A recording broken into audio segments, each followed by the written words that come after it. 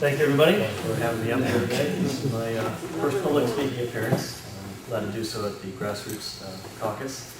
I'll tell you a little bit about myself. I'm John Shaw. I'm 22 years old, which makes me the youngest candidate for this seat, which is District 9, and probably the youngest candidate in the entire state of Florida, for that matter. I'm also an independent candidate, and half of that, which I just explained to you, is most of my platform, which is something I believe in. There needs to be an independent in the House. It's very important to have that sort of neutrality in there. As well, there needs to be someone young in there, because a lot of the decisions that current politicians are making will affect the younger generation, and they need to have a voice, and they really don't right now.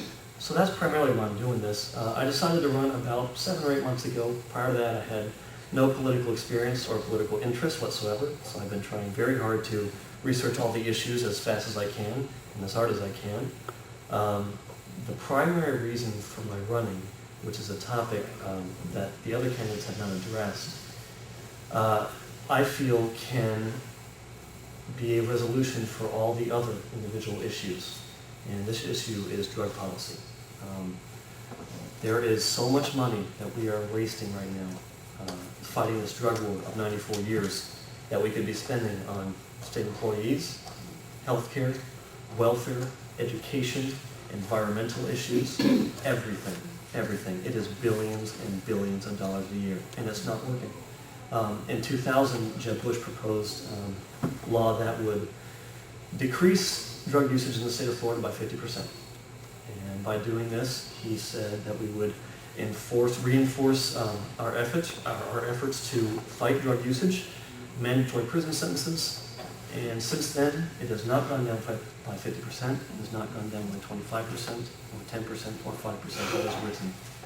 And it's unfair of me to say that it has risen because of that resolution, but it is fair of me to say that drug usage will continue, and it's not something that a government or a person should have any jurisdiction over. It's very important to note.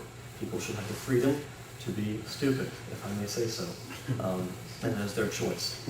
As well, if we were to federally control it and tax it, we would not only gain back the $20 billion a year we spend on it, but we would make money by taxing it. Doing the same thing we do with tobacco and alcohol, which, might I note, alcohol kills more people a year than all the drugs put together. It's a very important issue, and after almost a century of trying to fight it, I think, dare I say, the most overused phrase in politics, it's time for a change. And that's primarily what I'm running on, because nobody else is running on it.